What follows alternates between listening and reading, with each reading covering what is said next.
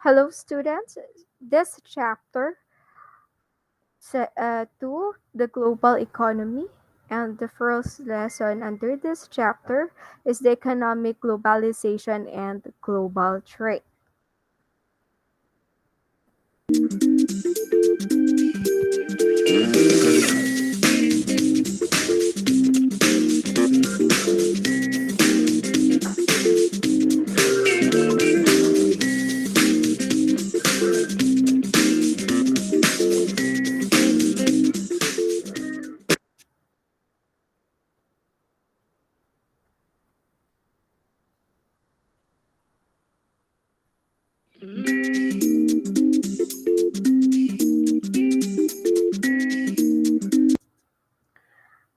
So, according to the United Nations, economic globalization refers to the increasing interdependence of world economies as a result of the growing scale of cross-border trade of commodities and services, flow of international capital, and wide and rapid spread of technologies.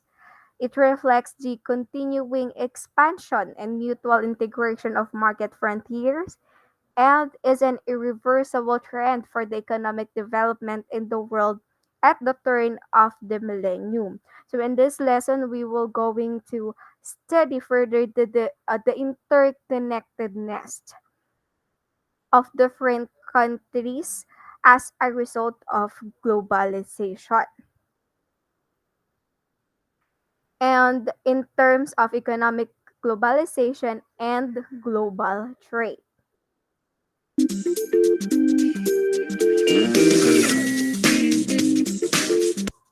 So there are two different types of economies associated with economic globalization. First, we have the protectionism, and the second one is the trade liberalization. First one is the protectionism from the word itself, protect.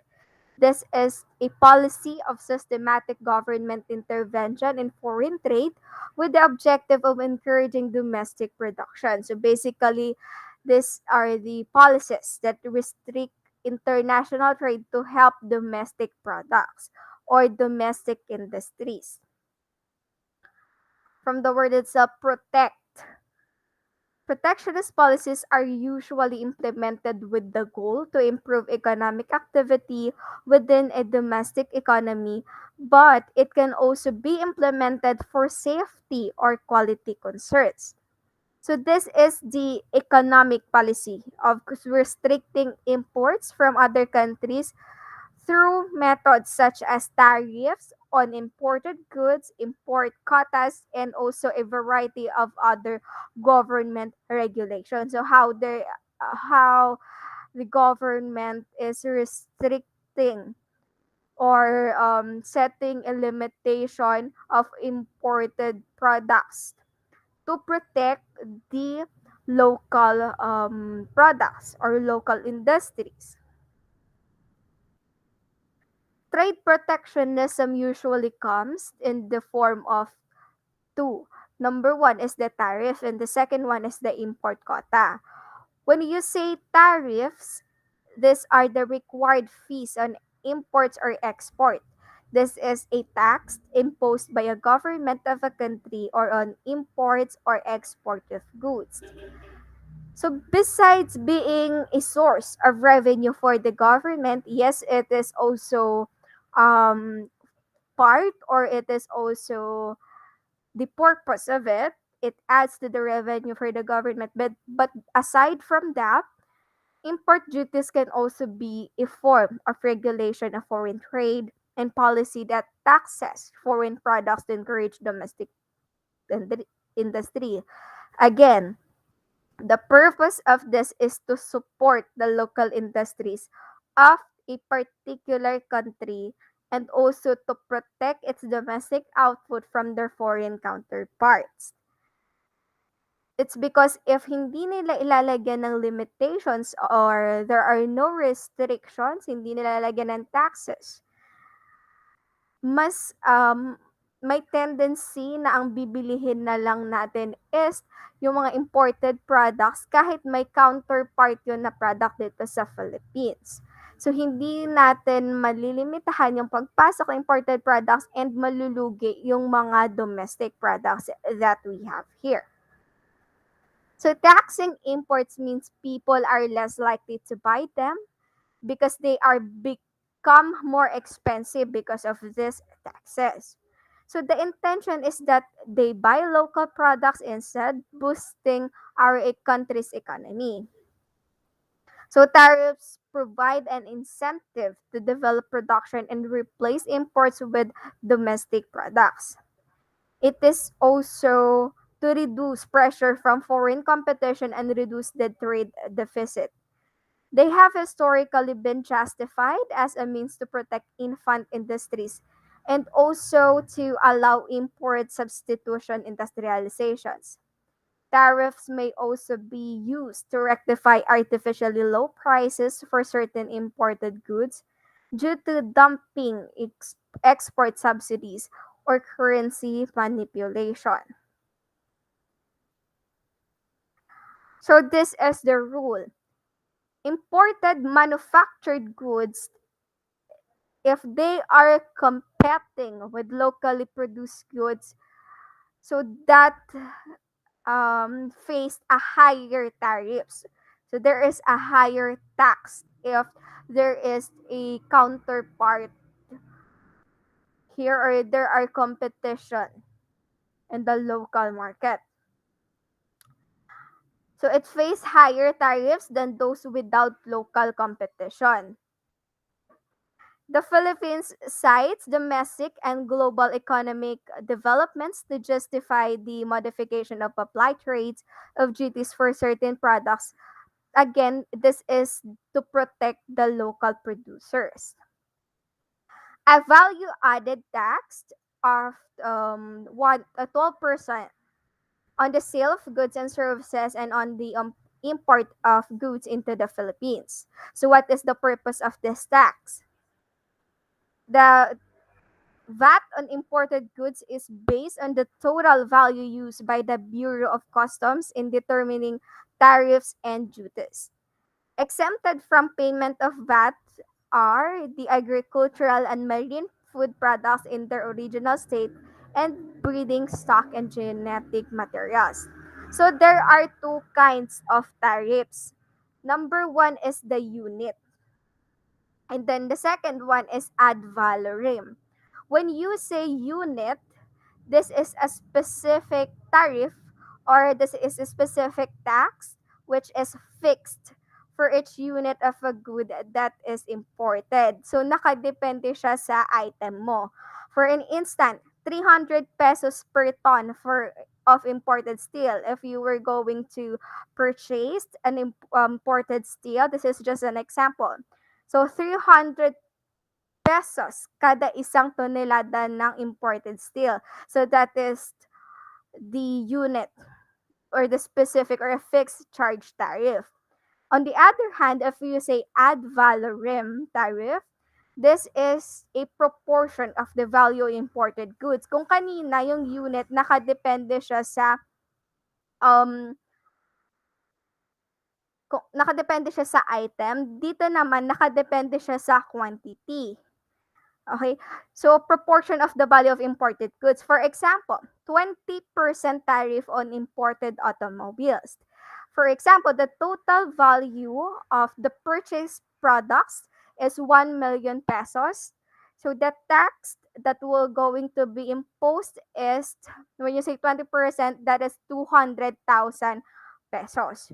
So imagine, for every 1 million pesos purchased products, they will going to charge them 200,000. So both tariffs act in similar ways. The second one is the import quota. Kung kanina yung tariff, yung taxes na na ini-impose nila dun sa mga purchased products outside of the country, ay nagaling sa outside of the country natin, dito naman sa import quota, walang taxes. It's just there are some limitations or restriction para ma-control yung pagdagsa ng mga imported goods to protect the local products. So this is a type of trade restriction that sets a physical limit on the quantity of a good that can be imported into a country in a given period of time. So there are government imposed limits on the quantity of a certain good that can be imported into a country. So generally speaking, such quotas are put in place to protect domestic industries and vulnerable products. The purpose of which is to prevent a country's domestic market from becoming flooded with foreign goods. Of course, pag hindi nila nililimitahan ito, gaya ng sabi ko kanina, ma matatabunan niya yung mga local products kahit available naman yung product na yun sa local market natin.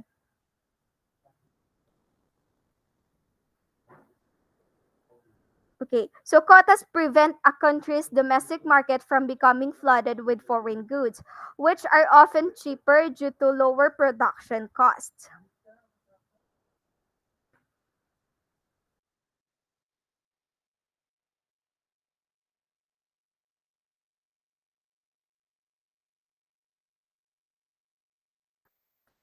So thus capturing the entire domestic market. However, quotas are generally harmful to consumers since they prevent them from accessing goods that are more competitively priced than lower alternatives. So let's be honest. For those na tinatakilik yung mga online products, we are buying imported products sometimes because of its price. Kahit ang tagal-tagal ng pag-order natin galing sa ibang bansa yung product, it's okay. We are willing to wait because it is cheaper. Mas makakatipid tayo if we purchase directly from the supplier. So, the purpose of this quota, it can increase in the price of the good, which eats away at the cost competitiveness of the foreign supplier. We can also see how a system like this is harmful to consumers as it restricts the number of alternatives available to them and forces them to pay higher prices for certain goods. So, okay siya sa domestic products but somehow sa mga maliliit na consumers like us, sa mga maliliit na buyers like us, medyo harmful siya. It's because ang tendency nito is mas bibili tayo sa domestic products kasi instead nabibili pa tayo directly sa ibang bansa, which is mas malaki pa yung patong minsan. Another one is there are two kinds of import quotas. First is the voluntary export restraints or the VEER. So this is the quotas that nations place on their exports to partner nations. So what is the purpose of this or paano siya nagagawa?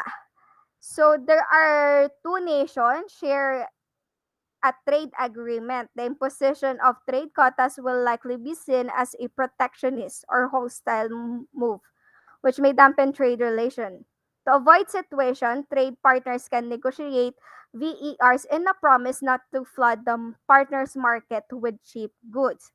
So instead na makipagkompetensya ka sa mga malalakas na bansa sa certain product or the particular product, magkakaroon na lang kayo ng agreement na itong product na 'to hindi puwedeng maibenta dito sa bansa namin. It's because baka hindi na namin maibebenta yung mga local products na kagaya nung mga product na yon na manggagaling sa bansa ninyo. For example, here is the voluntary export restraint imposed by Japan on the export of Japanese manufactured cars into the US. So what is the purpose of this voluntary export restraints na inimpose ng US? The US government wanted to protect its automobile manufacturers since the domestic industry was threatened by the cheaper and more fuel efficient Japanese automobiles.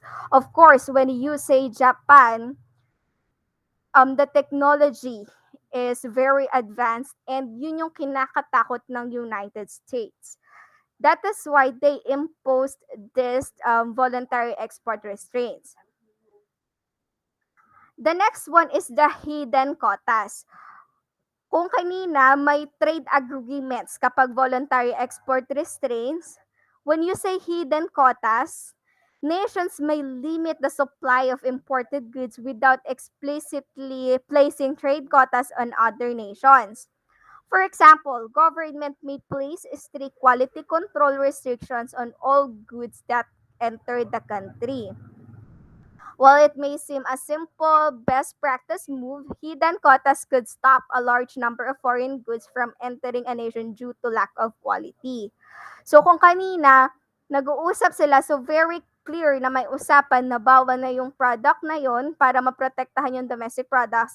Dito sa hidden quotas, mas pinapahirapan nila or dinadamihan nila yung requirements at process para makapag-import yung isang bansa, and that would limit their process or the importation.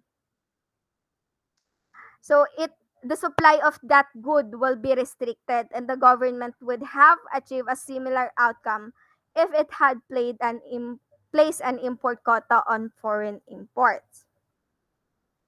So another type of hidden quotas is propaganda campaigns that aim to reduce demand rather than restrict supply. For example, a government may spread propaganda about how certain food imports from certain nations have been proven to cause health problems.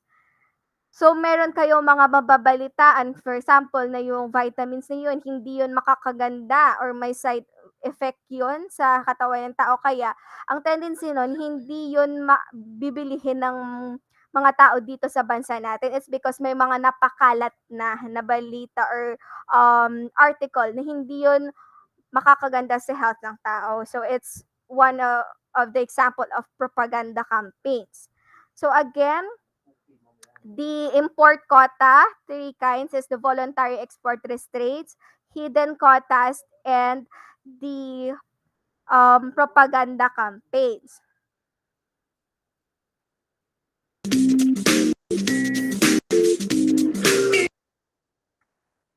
So let's go now to the second type of economic globalization, global trade, which is the free trade or trade liberalization.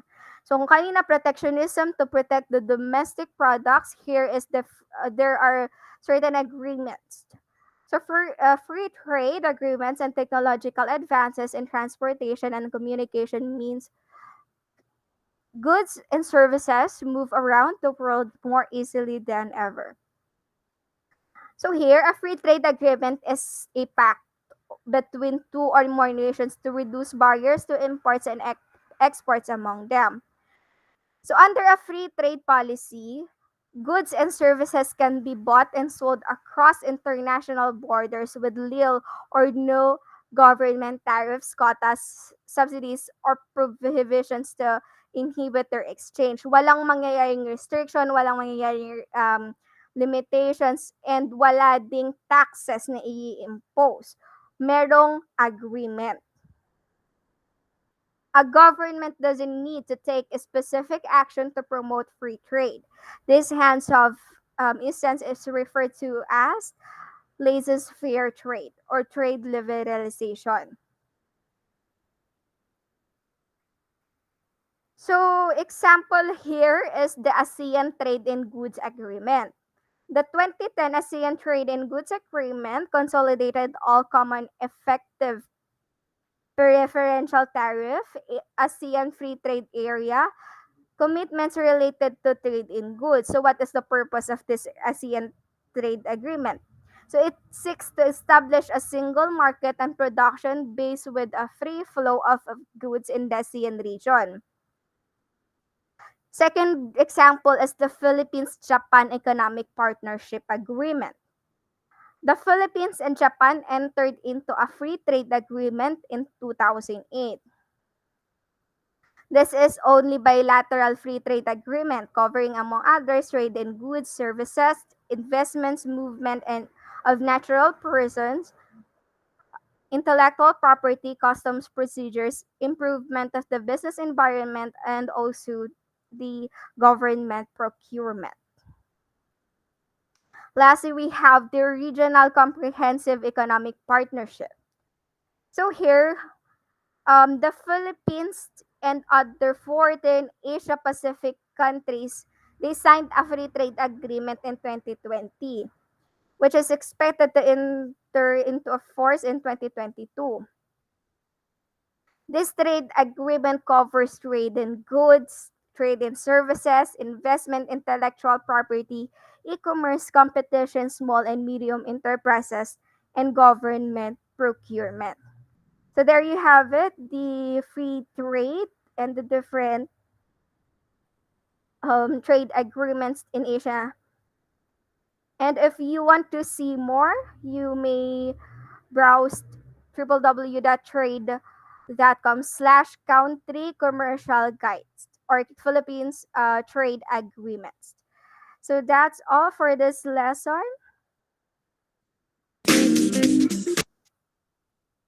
for the economic globalization and global trade.